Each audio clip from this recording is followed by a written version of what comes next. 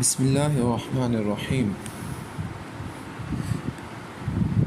ایک سلطان گرمی کے موسم میں ایک باغ کے دروازے پر پہنچا۔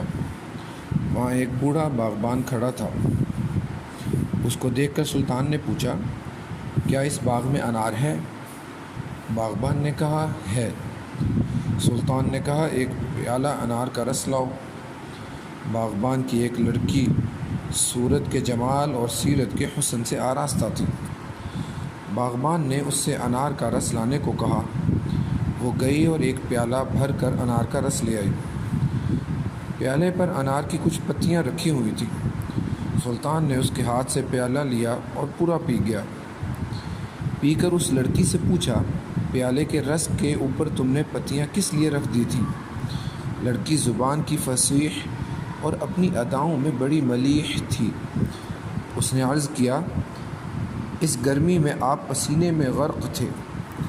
رس کا ایک سانس میں پی جانا آپ کے لیے مناسب نہ تھا۔ میں نے احتیاطاً اس پر پتیاں ڈال دی تھیں کہ آپ آہستہ آہستہ اس کو نوش جان فرمائیں۔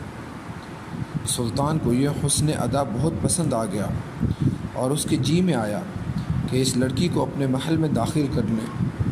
اس کے بعد اس باغبان سے پوچھا کہ تم کو ہر سال اس باغ سے کیا حاصل ہوتا ہے؟ اس نے جواب دیا، 300 دینار۔ سلطان نے پوچھا، دیوان کو کیا دیتے ہو؟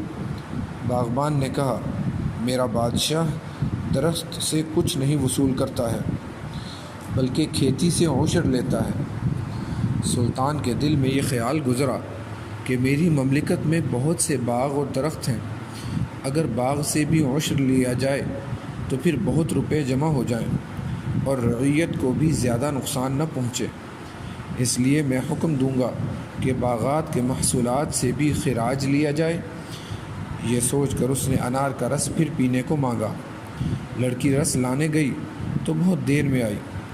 جب پیالہ لائی تو سلطان نے کہا کہ پہلی بار تم گئیں تو بہت جلد آئیں اور انار کا رس بھی بہت لائیں۔ اس مرتبہ بہت انتظار کے بعد تم آئیں اور انار کا رس بھی کم لائیں۔ لڑکی نے کہا کہ پہلی بار ایک انار میں پیالہ بھر گیا تھا، اس مرتبہ میں نے 5-6 انار نچوڑے، پھر بھی رس پورا نہیں ہوا۔ یہ سن کر سلطان کو حیرت ہوئی۔